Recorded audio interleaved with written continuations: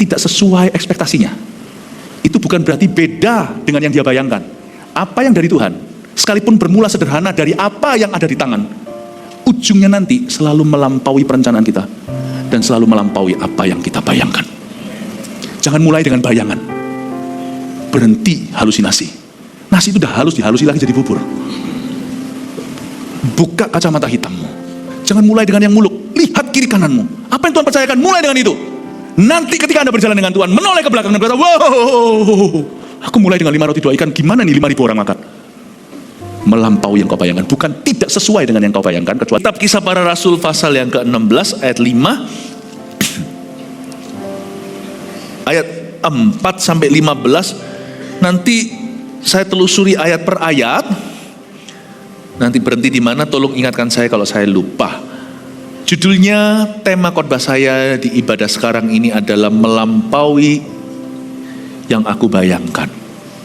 Jangan coba masukkan Yesus ke akal, sekalipun Yesus ajari kita hikmat atau akal sehat. Kita harus mengasihi Tuhan bukan hanya dengan roh, dalam kebenaran, mengasihi Tuhan dengan segenap hati, jiwa, tapi juga harus mengasihi Tuhan dengan akal budi dan kekuatan kita.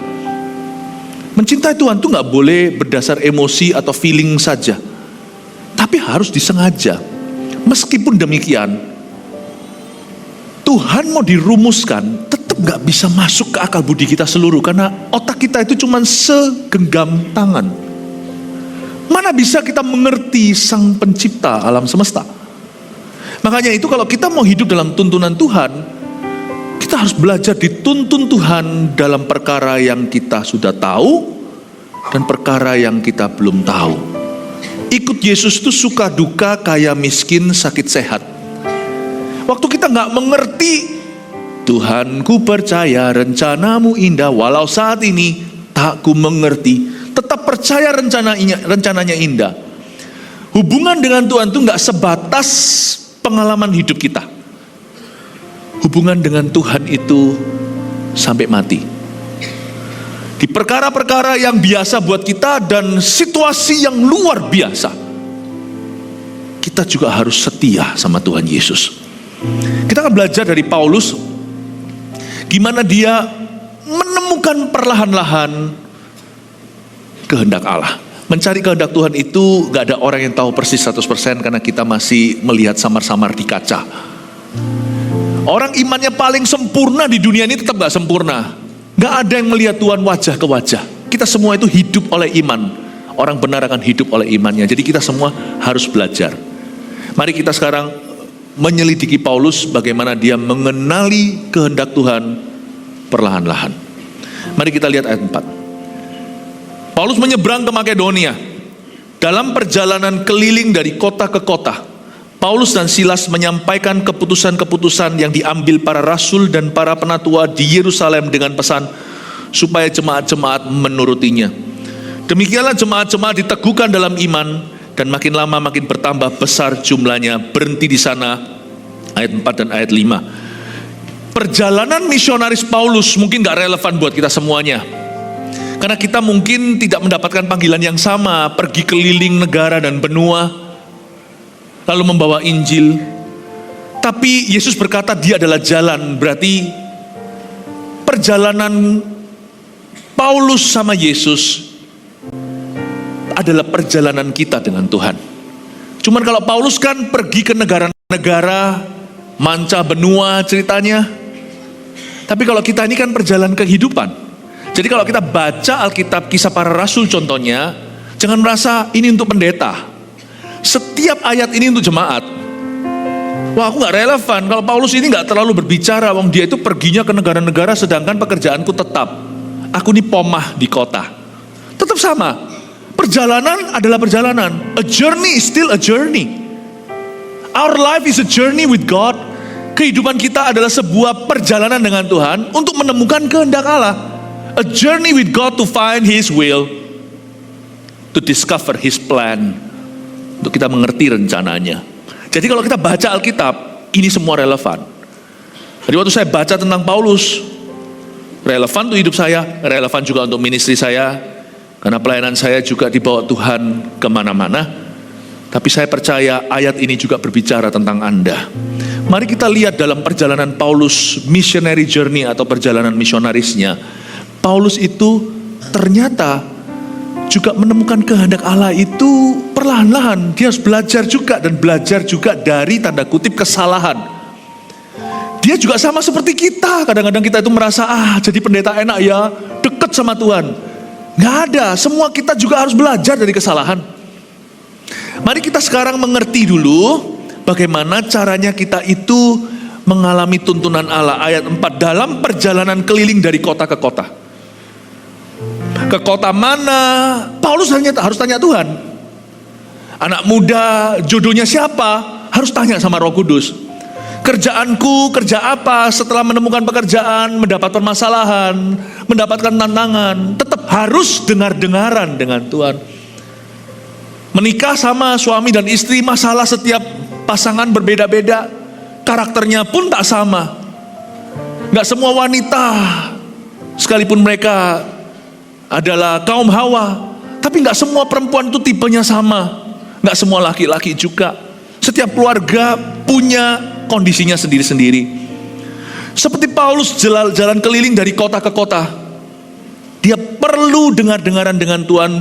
Dia minta tuntunan. Dan dia belajar untuk membaca tanda. Kita juga sama dalam kehidupan kita sehari-hari. Kita mengarungi kehidupan ini ingin menemukan kehendak Allah. Bagaimana caranya kita menemukan kehendak Tuhan? Kita lihat lagi dalam perjalanan keliling dari kota ke kota, Paulus dan Silas menyampaikan keputusan-keputusan yang diambil para rasul dan para penatua di Yerusalem dengan pesan supaya jemaat-jemaat menurutinya. Ayat 4, sekalipun banyak tuntunan Tuhan itu melampaui pikiran, banyak rencana Tuhan di depan itu sifatnya misterius. Siapa di sini tahu hari esoknya? Paling-paling kita hanya bisa membuat perencanaan. Faktor X, lebih tepatnya faktor G, faktor God, faktor Tuhan itu nggak bisa kita tebak. Tapi saya melihat kita nggak usah menunggu Roh Kudus kasih tanda baru. Kita nggak usah menunggu Tuhan memberi kita tuntunan yang spesial. Kita harus belajar setia dalam perkara kecil, perkara sederhana, dan perkara yang sudah kita ketahui. Jangan kita berkanjang. Jangan kita berkanjang pada penglihatan-penglihatan. Banyak anak Tuhan itu menanti-nantikan nubuatan. Senangnya kalau dinubuatkan. Senangnya kalau didoakan lalu aku dapat sesuatu, demikian firman Tuhan. Loh ya, saya juga senang. Tapi kita gak usah nunggu itu untuk taat sekarang sama Tuhan. Selalu tuntunan Tuhan dimulai dengan perkara yang sudah kita ketahui. Paulus dan Silas waktu pergi ke kota-kota, dia nggak ngawang, dia nggak ngeflow dengan Tuhan. Berapa banyak orang Kristen kepingin bisa ngeflow dengan Roh Kudus? Jangan dulu, belajar dulu untuk berjalan dengan Roh Kudus. If you can walk with the Holy Spirit, it's easy to flow with the Holy Spirit. Tapi kalau orang bisa flow dengan Holy Spirit, tapi kalau dia tidak terlatih untuk berjalan dengan Roh Kudus, nanti setelah pelayanan dia jatuh dalam dosa. Kuncinya itu bukan flowing atau mengalir dengan Roh Kudus. Kuncinya itu walking in the Spirit, berjalan dengan Roh dan jangan menuruti keinginan daging. Selalu mulai tuntunan Tuhan di dalam kehidupan orang percaya bukan dimulai dengan sesuatu yang besar, sesuatu yang supranatural. Tuhan itu memulai tuntunan Tuhan dalam hidup kita itu selalu dimulai dengan perkara-perkara yang kita sudah ketahui dulu. Kalau kita nggak setia dengan perkara-perkara yang sudah kita ketahui, kita juga tidak akan setia sama Tuhan nanti waktu kita dituntun ke perkara-perkara baru. Kita harus belajar taat sama Tuhan itu letterlek, kata orang-orang Belanda, yaitu belajar untuk taat sama Tuhan literally. Nggak usah cari firman istimewa lewat mulut Nabi. Kejadian sampai Wahyu ini cukup materi untuk Anda taati. Makanya itu di ayat ini, lihat ya job deskripsinya Paulus dan Barnabas. Meskipun dalam perjalanannya, di biografi mereka, kisah para rasul mencatat cerita pelayanan mereka. Banyak sekali perkara tidak terduga. Lalu Paulus di mana ada orang mendengarkan dia digerakkan oleh karunia iman. Dia berkata, si lumpuh, berdirilah, langsung berjalan. Di tempat mana nanti Dia menghadapi tantangan yang dia nggak duga. Rencananya datang untuk membayar nasar ke bait suci, malah habis itu huru hara. Dari sana langsung dia ditangkap lalu dibawa. Nggak pernah sangka ternyata dia toh akan ke Roma. Memang niat hatinya, tapi cara dia ke sana ternyata adalah dengan dibelenggu menjadi tawanan dulu. Life is full of surprises. Surprise terbesar di hidup ini bukan surprise happy birthday to you. Hidup itu penuh dengan kejutan. Makanya saya suka kalau setiap hari itu saya berdoa bahasa roh. Bahasa roh itu bukan untuk sok-sokan. Di dalam gereja kita juga ada porsinya berbahasa roh itu. Waktu kita menyembah Tuhan dalam Roh Kudus itu didempetkan dekat sekali dengan penyampaian firman.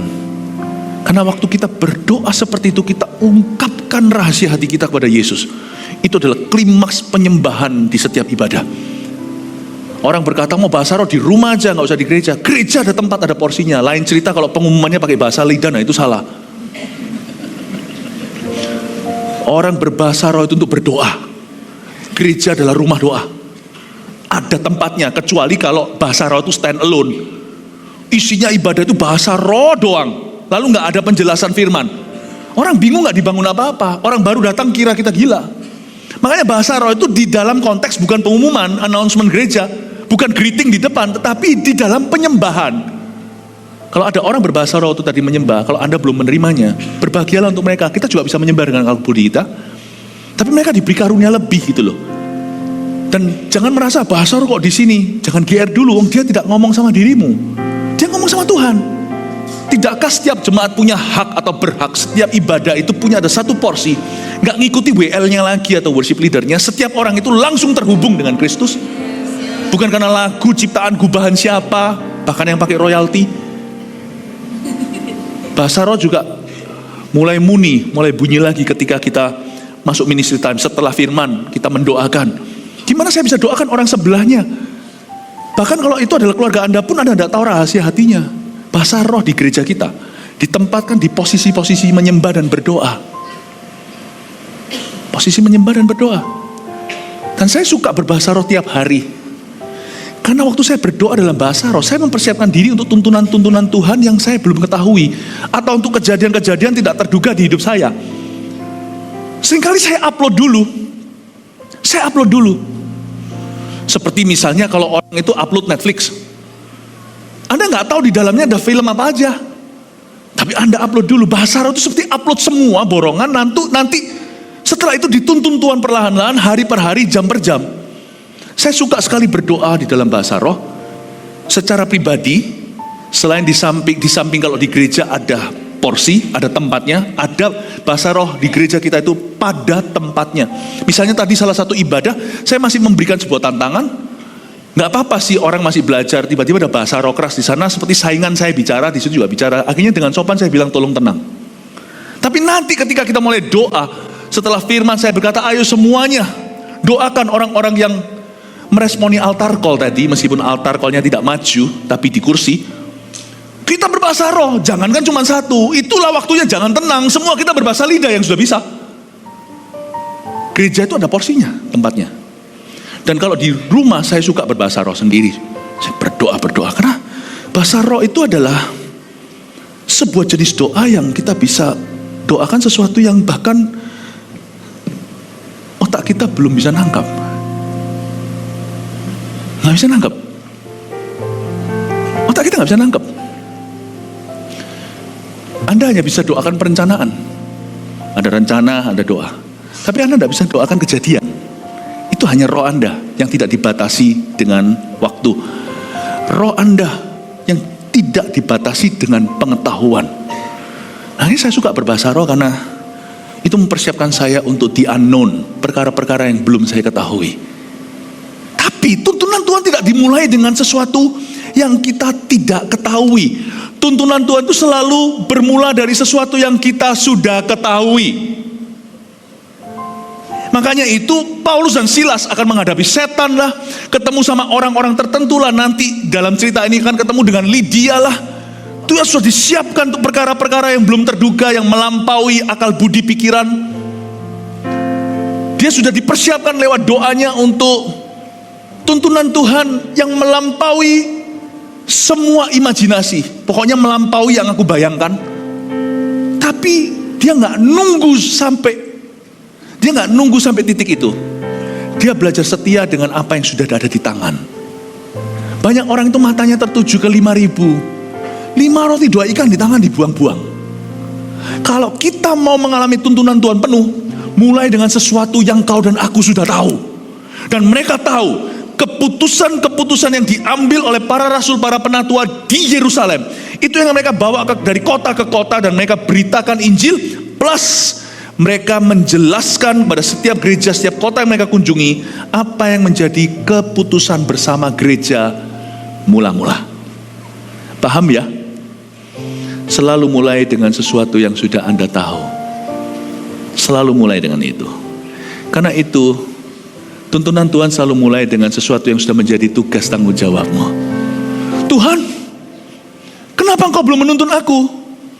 Kalau orang berdoa begitu, tapi mengabaikan tanggung jawab sehari-hari, tolong suruh dia berhenti berdoa sejenak, kembali korah-korah. Kalau memang itu adalah tugasnya. Kalau ada seorang anak muda berkata, aku mau dipakai Tuhan besar, luar biasa, haleluya. Pakai aku Tuhan, tunjukkan satu tanda dari sorga. Tolong mamanya tepuk-tepuk dia, kerjakan PR-mu dulu. Rencana Tuhan yang sejagat raya, yang besar dari sorga itu selalu dimulai dengan yang sudah jadi tanggung jawab di tanganmu. Selalu mulai dengan 5 roti dan 2 ikanmu. Tanggung jawab daripada Paulus dan Silas adalah membawa surat gereja kemana-mana. Mereka bermula dengan itu. Mereka memberitahu, demikianlah ayat 5, jemaat-jemaat diteguhkan dalam iman. Dan makin lama makin bertambah besar jumlahnya. Alhasil karena mereka setia dengan perkara sederhana.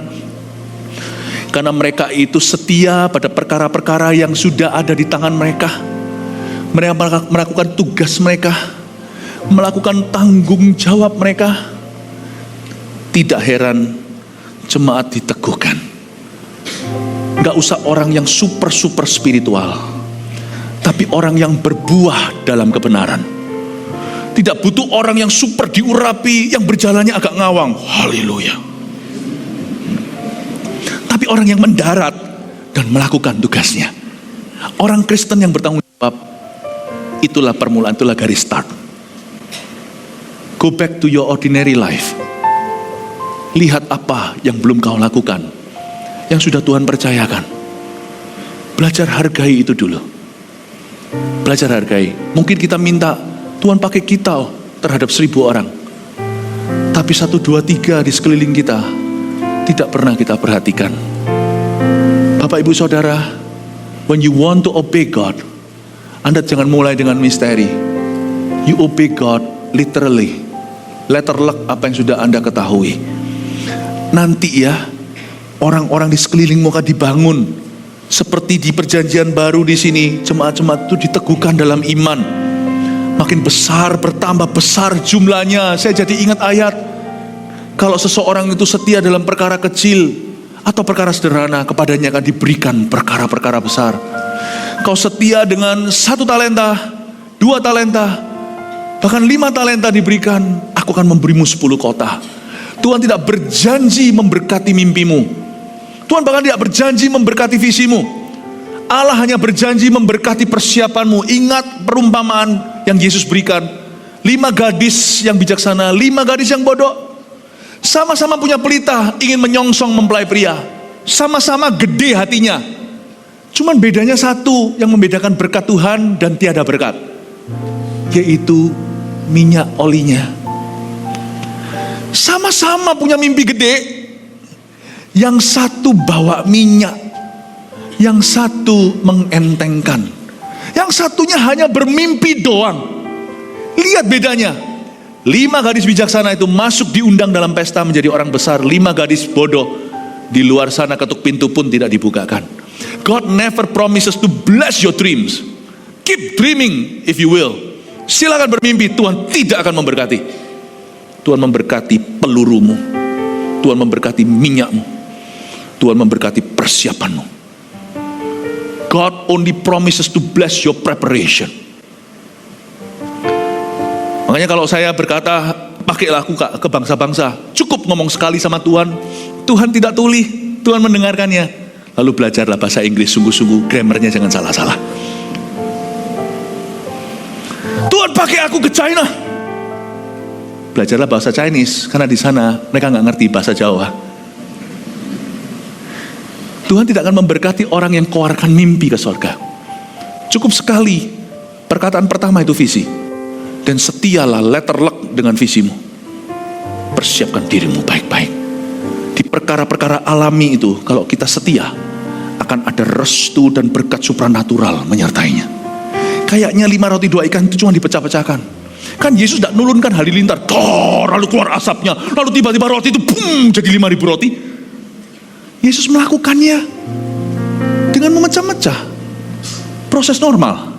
Cuman waktu dipecahkan, ada restu Bapa.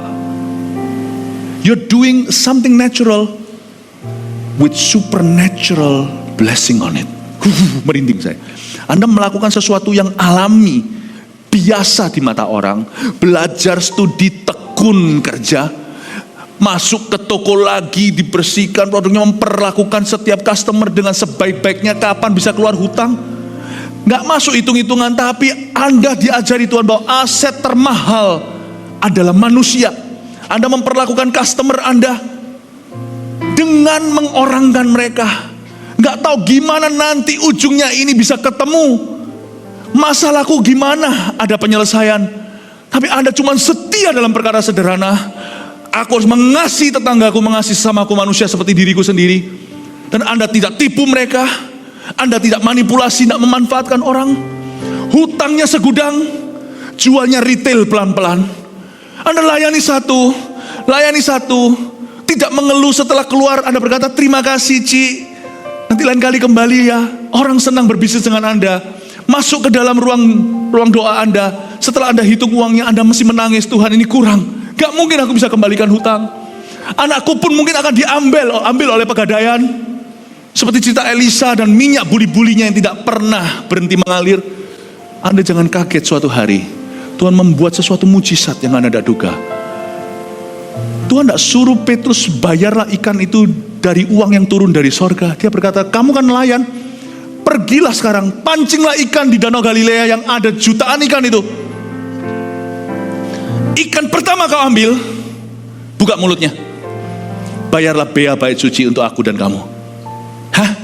Kalau Yesus mau berkati, dia bisa membuat bahkan uang jatuh dari langit atau uang tumbuh di pepohonan. Tapi Yesus berkata tidak, karena kamu nelayan, aku akan bekerja sesuai profesimu. Tapi bukan dari profesimu nanti pertolonganku. Sumbernya bukan dari profesi Anda, sumbernya dari janjiku. Go back. You're a fisherman kan? Kamu kan fisherman. Ini bukan permen. Kamu kan fisherman. Kamu sekarang pergi kembali mancing.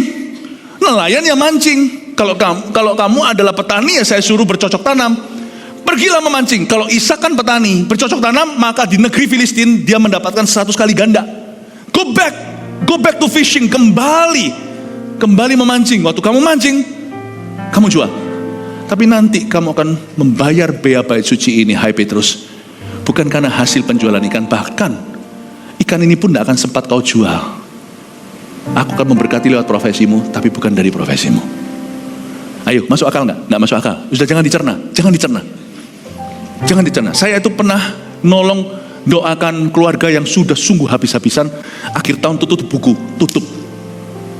Dia berkata, ini nggak tahu teorinya gimana. Aku cuma setia seperti pastor ajarkan. Tutup. Allahku tetap nggak masuk akal. Jangan coba dimasukkan ke dalam akalmu. Tapi Tuhan tidak bekerja lewat perkara besar. Hasilnya bisa besar. Tuhan selalu bekerja lewat perkara kecil. God doesn't bless your dream. God blesses your preparation. Amin Bapak Ibu. Ketika saya berkata Tuhan 1000 gereja 1 juta murid, saya ngomong sekali, habis itu bekerja keras. Persiapkan itu, persiapkan ini, meeting sana, meeting sini. Tuhan yang tahu betapa keras kami bekerja. Bahkan waktu pandemi, perbaiki ini, upgrade ini. Tidak semua itu harus bisa dibeli dengan uang. Meskipun kita punya equipmentnya, kalau yang menjalankannya tidak bagus, latihan lagi, duduk lagi, kritiki diri sendiri. Wow, gereja ini tidak berdiri di atas dasar yang orang kira, kasih karunia pertumbuhan. Iya, Karena Tuhan kalau memberkati itu tidak masuk akal. Tapi jangan lupa kayu bakarnya. Kalau Anda lihat apinya, memang itulah yang dapat glory. Karena memang begitu, karena Tuhan. Jangan lupa Elia menata mesbah itu sampai ke parit-paritnya diisi air. Dia menatanya dan menyembelih lembu. Don't forget, sebelum kita, yang Tuhan berkati itu kayu bakarnya, Tuhan turunkan api. Nggak ada yang namanya itu. Kan sekarang anak-anak muda kan banyak, atau nggak usah muda, keluarga muda. Aku mau pensiun dini. Aku mau kerja apa yang bisa aku tinggal-tinggal terus tetap menghasilkan? Ya semua orang di dunia ini juga punya pikiran yang sama. Nggak ada satupun yang kesana. Kalau bisa ya, bekerja sesuatu gitu loh. Apa yang untuk bisa saya tinggal saya bisa jalan-jalan pensiun umur 30 atau umur 45. Silahkan keep dreaming. Silahkan mimpi. Tidak ada. Semua itu harus dipersiapkan. Berkat mujizat memang tidak ada teorinya. Kayu bakar ada prosesnya. Saya dorong Anda, apapun profesi Anda, jadi orang Kristen anak Tuhan tidak boleh takut susah. Ngomong kanan kirinya, susah itu vitaminku. Kasih tepuk tangan untuk Roh Kudus. Amin ya. Makanya itu suatu kebodohan kalau kita itu iri sama keberhasilan orang. Saya telah ajari hati saya ini sudah saya perintahkan untuk tidak pernah cemburu dan iri sama siapa-siapa. Pada orang yang lebih sukses, saya tidak iri, saya tidak minder. Kepada orang yang tidak iri, tidak minder. Kepada orang yang tidak sesukses, saya tidak akan memandang rendah. Karena proses orang belum berhenti, belum selesai, kita belum mati. Yang terdahulu bisa menjadi terkemudian bisa menjadi terdahulu. Apalagi di zaman pergeseran seperti ini, Anda akan terkejut nanti hasil akhirnya. Dan saya tidak pernah mau meremehkan orang. Saya juga tidak mau iri sama siapa-siapa. Kadang-kadang kita iri sama tetangga kita, kok rumputnya lebih hijau ya? Kan ada pepatah, the grass is always greener on the other side, on your neighbor's lawn. Setiap kali hati saya mau iri, saya selalu beritahu gini, ya kamu jangan cuma lihat warna hijaunya, coba lihat water bill-nya. Juga lihat tuh tagihan airnya. Setiap orang yang berhasil itu pasti ada harga yang dibayar sama dia. Pasti ada. Jadi jangan cemburu, jangan iri. Mind your own business dan keep growing. Dan fokuslah bertumbuh. Katakan pada diri sendiri, fokus bertumbuh. Dan katakan, mataku tertuju kepada Yesus. Oh haleluya. Katakan lagi, tuntunlah aku Roh Kudus. Oh saya yakin kok, tahun ini Tuhan akan menuntunmu di rumput hijau air tenang.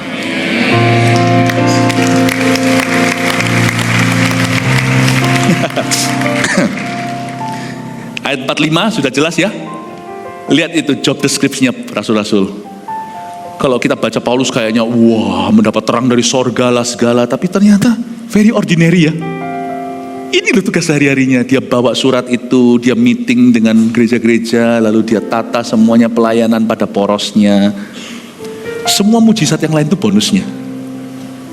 Ini seringkali jarang dikhotbahkan ayat 45. Orang lebih kecanggihnya di Filipi, goncang itu penjara, langsung habis itu terbuka semuanya, kepala penjara bertobat. Wow. Jangan lupa, jangan arak tirikan ayat 4. Mereka bawa surat itu, mereka reliable, bisa dipercaya oleh manusia. Gak heran mereka bisa dituntun sama Allah. Ayat 6, mereka melintasi tanah Frigia dan tanah Galatia. Mereka pergi nih ke tanah Frigia dan Galatia karena Roh Kudus mencegah mereka. Wait, Roh Kudus mencegah. Saya kira Tuhan hanya bisa mengabulkan karena Roh Kudus mencegah mereka untuk memberitakan Injil di Asia. Ini Asia bukan Asia Tenggara, China, Taiwan, Korea. Ini bukan Asia Tenggara, Thailand, Vietnam. Ini Asia adalah provinsi Asia, ini Turki. Turki adalah sebuah negara atau sebuah benua tepatnya. Di dalam negara ini ada dua benua, termasuk Asia dan Eropa. Turki ini unik, ya. Turki yang saya maksudkan gini tidak ada hubungannya sama Thanksgiving. Ya udah, nggak apa-apa. Ini sedikit joke yang nggak lucu. Turki ini sebuah negara, bukan kalkun. Turki ini, si Paulus mau ke Turki. Dan di Turki itu kalau tembus ya dia terus ke Asia terus. Asia sungguhan, Asia yang kita kenal hari ini. Tapi roh Yesus mencegah dia tuh, ayat 7. Dan setibanya di Misia, mereka mencoba masuk ke daerah Bitinia. Tetapi roh Yesus tidak mengizinkan mereka. Kan khotbah sekarang ini judulnya melampaui yang kubayangkan. Tema besarnya tuntunan Tuhan, tuntunan Roh Kudus kan. Jadi dalam hidup kita, waktu kita dituntun sama Tuhan itu, jangan kita cuma mau dituntun ke rumput hijau air tenang. Tapi tuntunan Tuhan itu selalu mulai dengan ini. Kalau Anda baca Mazmur 23, Engkau membimbing aku di jalan yang benar oleh karena namamu. Baru setelah itu menuntun aku ke air yang hijau dan rumput yang tenang. Jalan, rumput kok bisa tenang sih? Air kok bisa hijau? Itu lumutan.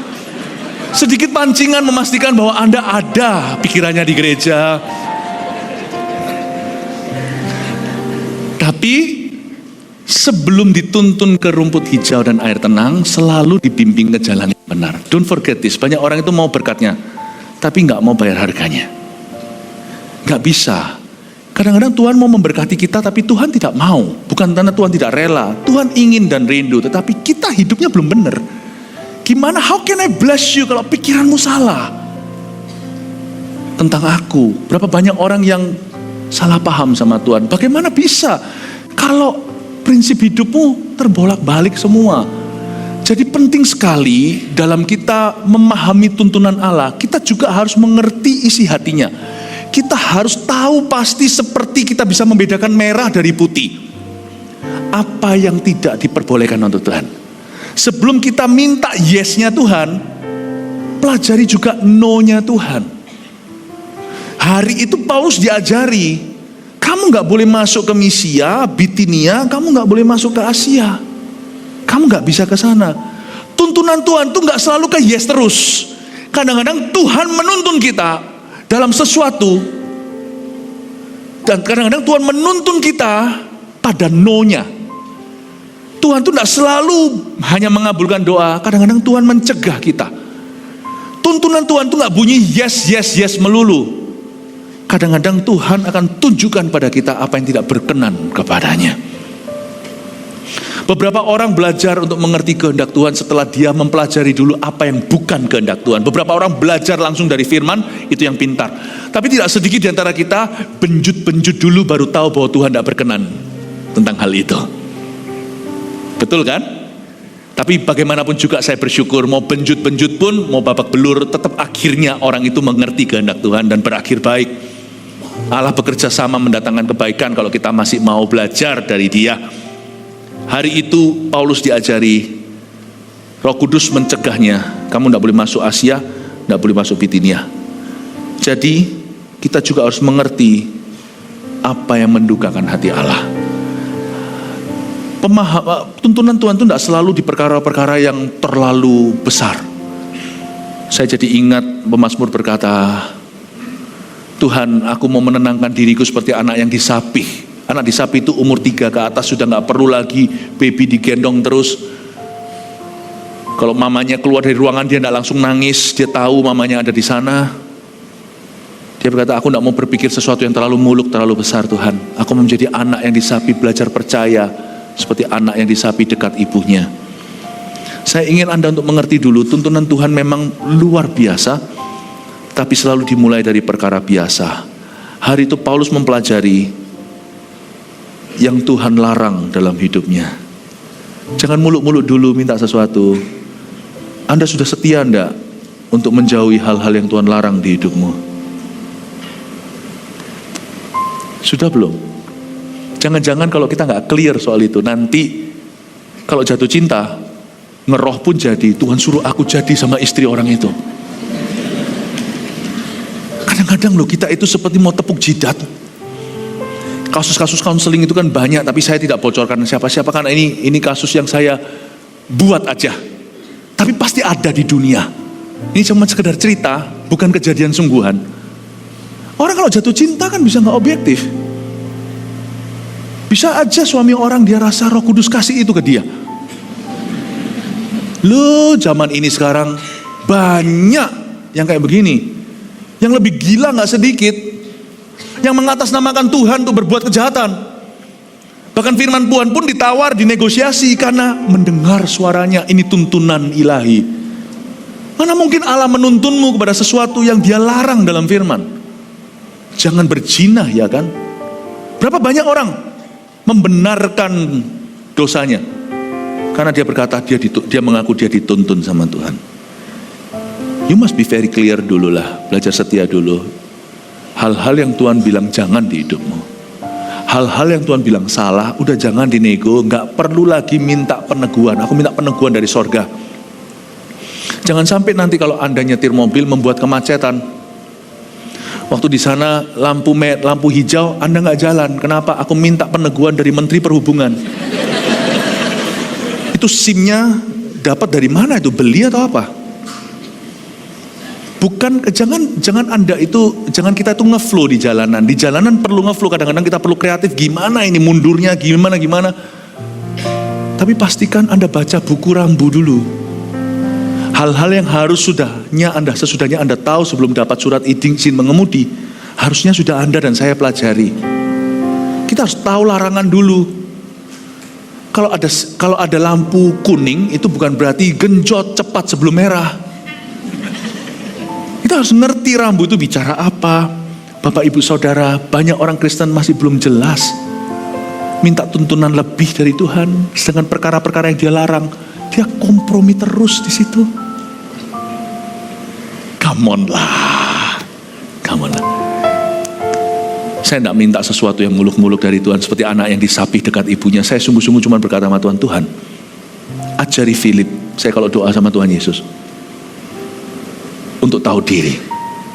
Kalau Tuhan sudah berfirman itu tidak boleh dalam hidup saya. Saya nggak perlu peneguhan, nggak perlu Tuhan bicara 2 kali. Tuhan itu bukan hanya juru selamat, dia itu panglima bala tentara. Anda yang angkatan, Anda TNI, Anda akan tahu. Apa-apa jawab, siap komandan, siap dan. Komandan tidak perlu 2 kali lalu ingatkan lagi. Tuhan bicara, cukuplah Anda tahu. Jangan ngeroh. Karena nanti dalam perjalanan Anda butuh Roh Kudus di perkara-perkara Anda tidak tahu. Jadi Anda harus kuat dan grounded, tertanam dalam kebenaran dulu. Kalau dalam kebenaran kita kesleo, terkilir, dalam kebenaran kita abu-abu, nanti dalam roh kita ngawur, ngeroh terus. Ajari aku setia di perkara-perkara yang Tuhan larang. Ajari aku untuk taat apapun perasaanku. Amin Bapak Ibu Saudara. Setelah melintasi Misia, ayat 8, mereka sampai di Troas. Pada malam harinya tampaklah oleh Paulus suatu penglihatan. Ada seorang Makedonia berdiri di situ dan berseru kepadanya. Katanya, menyeberanglah kemari dan tolonglah kami. Wah, saya bisa bayangkan jadi Paulus pasti, loh Tuhan yang suruh aku nginjil, kenapa masuk Bitinia ditolak? Persisnya seperti apa dia ditolak masuk ke Misia, kita nggak tahu. Dia mau masuk ke Asia, dihalangi. Tapi dari sini saya tahu Paulus bukan orang yang dikit-dikit doa, bukan berarti dia nggak saat teduh, bukan berarti dia punya kehidupan doa bolong-bolong, tapi dia bukan tipe orang yang kalau menghadapi rintangan lalu habis itu lemparkan kembali ke Tuhan. Dia bukan tipe orang yang mau ke gereja, ada badai taufan, ada hujan lah, padahal bukan badai taufan, lalu dia berkata bukan kehendak Tuhan. Lalu dia buka bisnis sebentar aja ada masalah, ternyata Tuhan ini bukan kehendak Tuhan untuk aku kerja di sini, lalu quit. Dia bukan tipe orang gitu. Buktinya Asia nggak masuk, dia coba Bitinia nggak masuk, dia coba Misia. Tapi setelah 3 kali, kalau dia terus-terusan memaksa, berarti dia tegar tengkuk. Harusnya setelah 3 kali, dari sisinya dia tidak ada masalah. Dia berusaha, tapi kok nggak bisa, dan tanda-tandanya semakin jelas bahwa Tuhan melarang dia ke sana.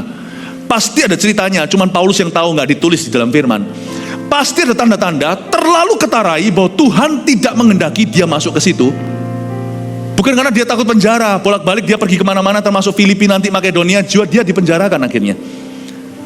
Tapi kalau Tuhan yang sertai, pasti ada penyertaan. Di penjara pun nanti dia keluar dengan gaya yang luar biasa, dengan cara yang ajaib, terjadi gempa. Lalu satu kepala penjaranya itu semuanya, satu keluarga diselamatkan. Dia nggak takut susah. Paulus bisa susah tapi disertai Allah. Tapi kalau Allah tidak menyertaimu, susahmu percuma. Paulus tidak mau itu. Kalau dia memaksa masuk ke Bitinia, ke Misia, nggak akan ada perlindungan Tuhan, nggak akan ada pembelaannya. Jadi setelah 3 kali, awal-awal waktu ditolak masuk Asia, pasti Paulus mengeluh begini, aduh Tuhan, kenapa sih Tuhan? Ini kan pekerjaanmu, bukankah engkau yang suruh? Masuk lagi, coba nggak bisa, coba lagi nggak bisa, coba lagi nggak bisa. Tapi setelah 3 kali, akhirnya bahasa Ibrani, mudenglah dia. Mami, oh Tuhan tidak berkenan. Untungnya Paulus tidak terbawa-bawa perasaan. Dia tahu bahwa hidupnya menuju sesuatu, dia punya tujuan. Ayat 9, pada malam harinya, malam itu juga penolakan ketiga, mau masuk ke Misia nggak bisa. Tampaklah oleh Paulus suatu penglihatan. Tuhan bicara lewat sebuah vision. Katakan vision.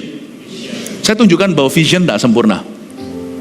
Dalam penglihatannya, dia melihat seorang Makedonia berdiri di situ. Kalau dalam bahasa Yunaninya dan juga bahasa Inggrisnya bahkan ditulis seperti ini. He saw a Macedonian man. Ditunjukkan gendernya, jenis kelaminnya. Seorang laki-laki Makedonia berdiri di situ dan dada-dada. Tolong kami SOS 911, menyeberanglah kemari.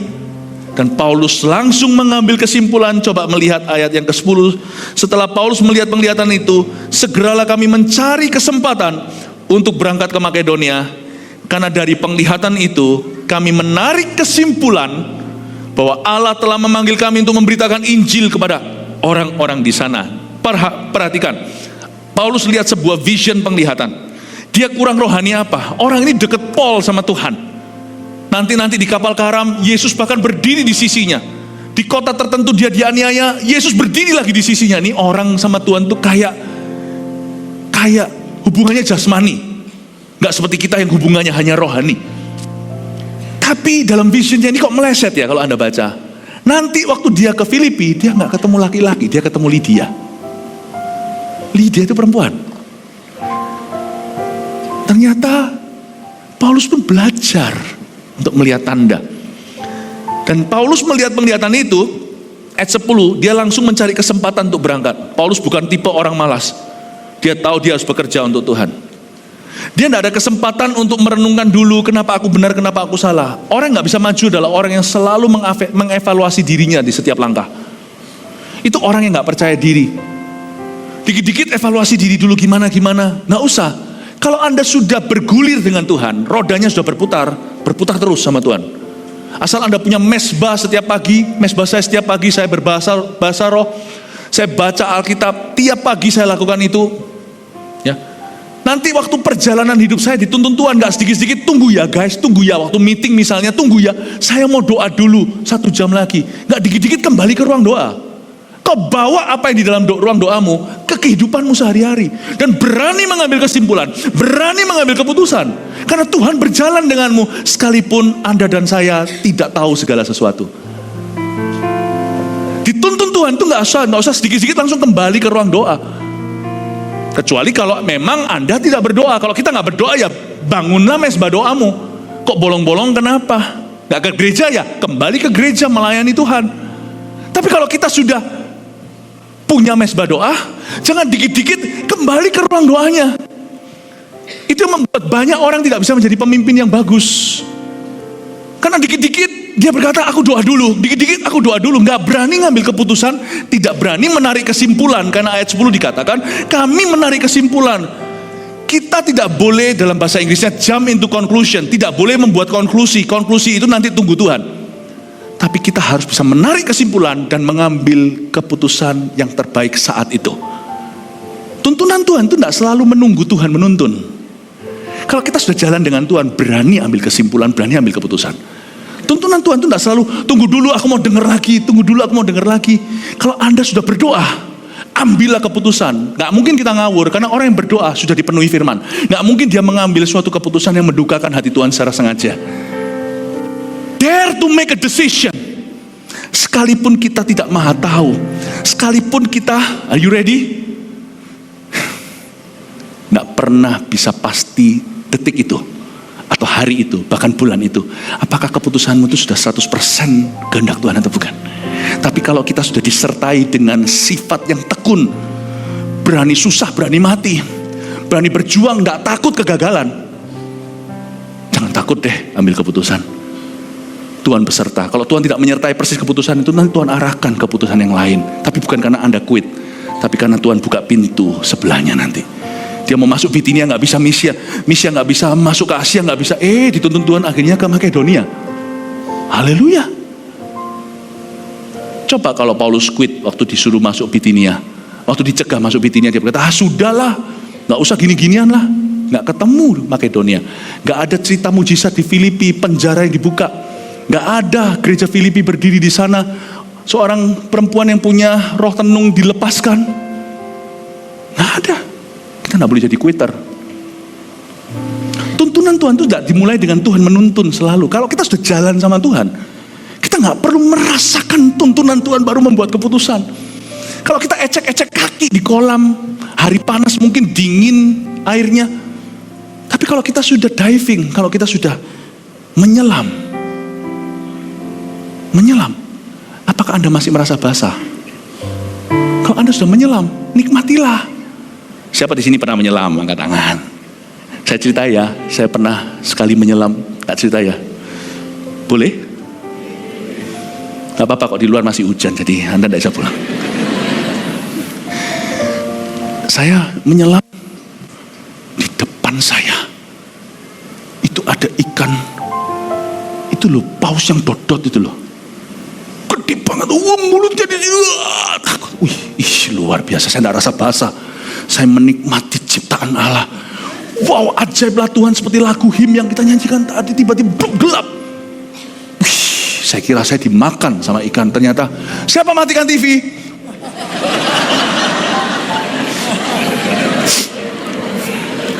Saya nggak pernah nyelam. Saya cuma lihat National Geographic. Tapi kalau Anda menyelam, yang pernah nyelam, Anda rasa basah nggak? Tuhan itu nggak usah dirasa-rasa sebelum Anda kesimpulan. Kalau Anda sudah di dalamnya, make decision already. Pastor, saya tidak tahu apakah ini jodohku. Anda kan punya checklistnya. Tapi aku tidak tahu di seluruh dunia ini, jodohku yang dari Tuhan, itu pasti disediakan satu. Aku menunggu. 10 years later. Sorry ya. Karena kita nunggunya gini, ini ekspektasi namanya. Kita menunggu tiba-tiba Tuhan datang muncul secara daging dan berkata, cucukkanlah tanganmu di lubang apa nih? Ya, lambungku dan di sini. Gini loh ya, perjodohan itu penting, saya tahu, rumah tangga, tapi Tuhan masih punya tugas lain lebih penting daripada menampakkan diri untuk jodohmu. Mending Tuhan menampakkan diri untuk Rusia bertobat, itu mungkin lebih ngerti ya. Bapak Ibu Saudara, make a decision, dia Kristen atau enggak? Kira-kira kurang lebih enggak culture semua kebudayaan keluarganya? Buat keputusan yang akal budi, meskipun ada banyak hal enggak terduga. Make your choice. Jurusan apa anak muda enggak tahu, orang tua harus tekankan.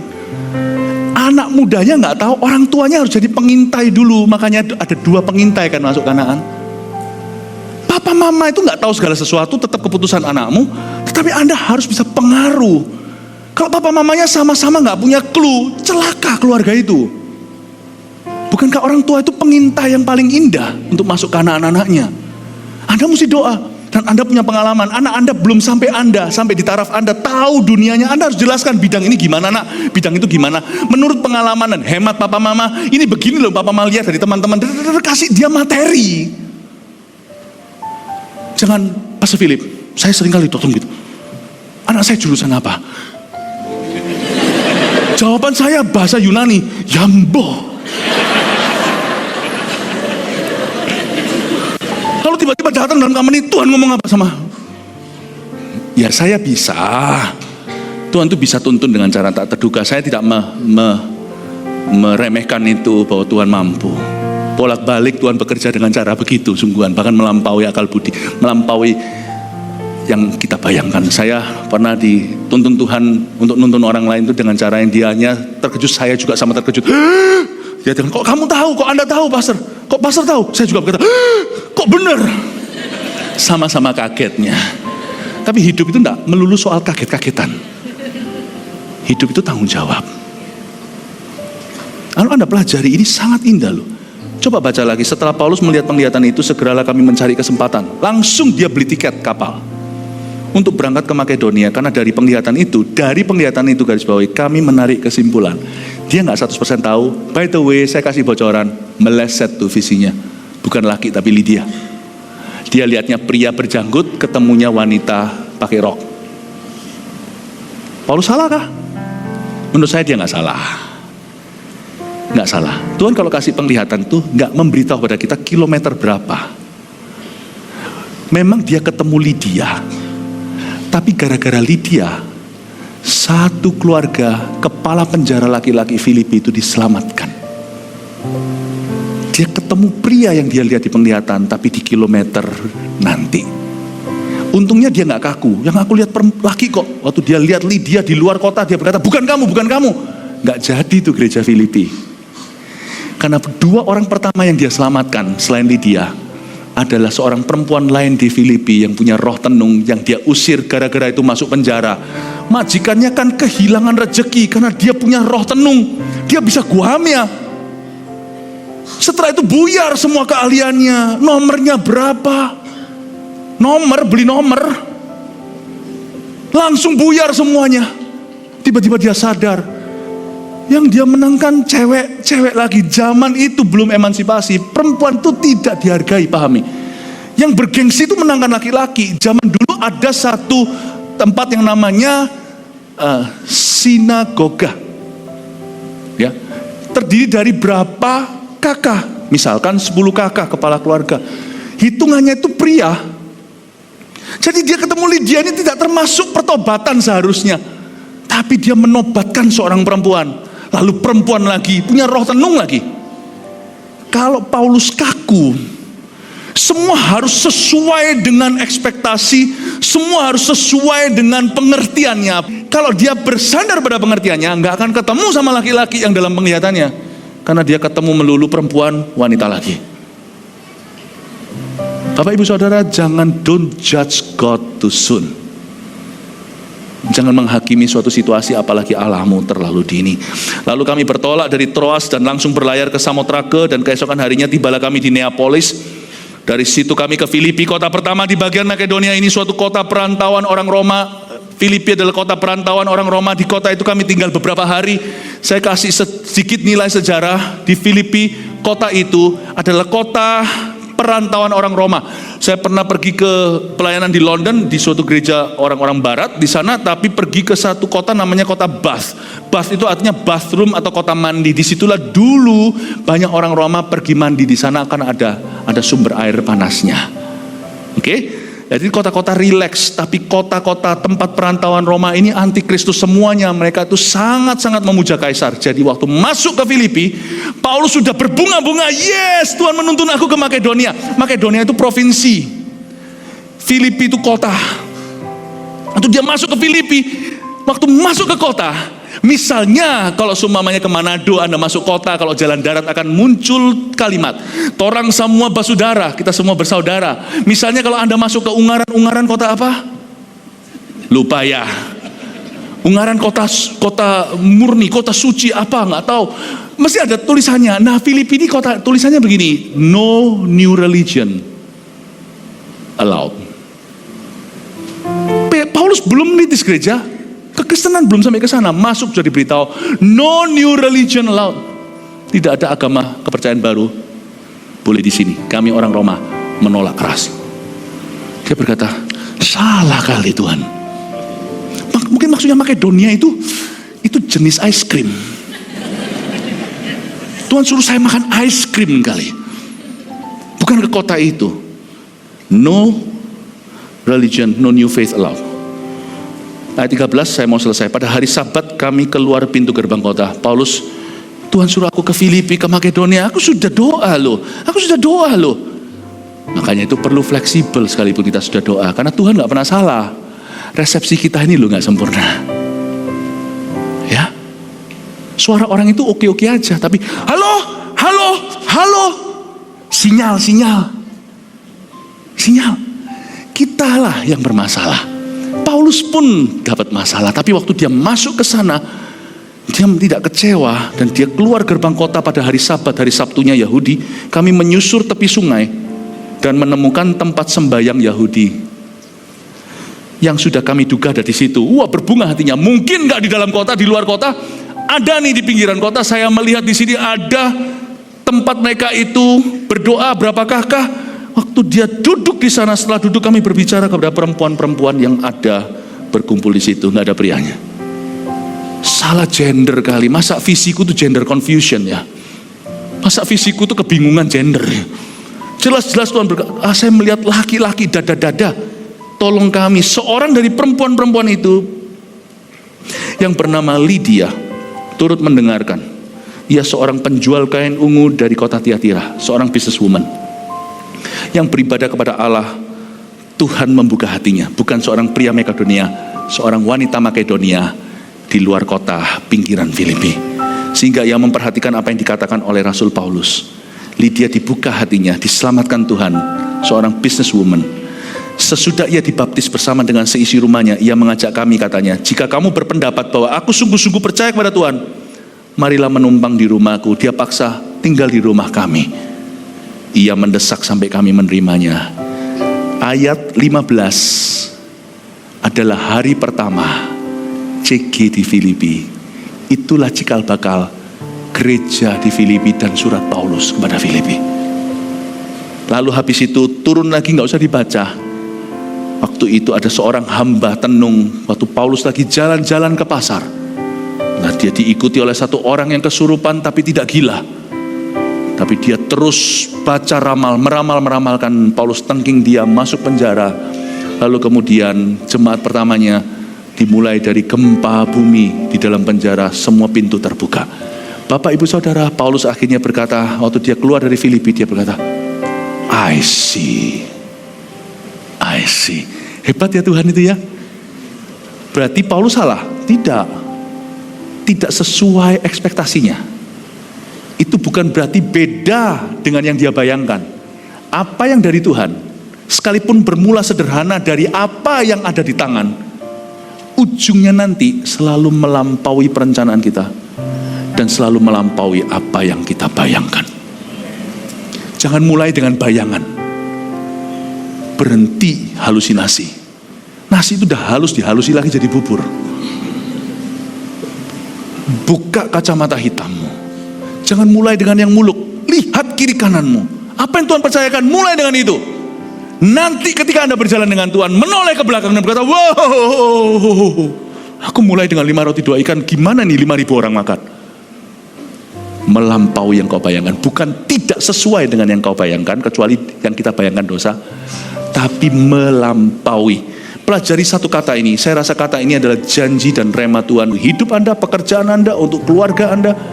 Kata ini adalah melampaui. Semua yang tidak pernah kau bayangkan, yang mata kita belum pernah lihat, telinga belum dengar, Tuhan sediakan bagi barang siapa yang mengasihi Dia. Are you ready to enter God's blessing? Hallelujah.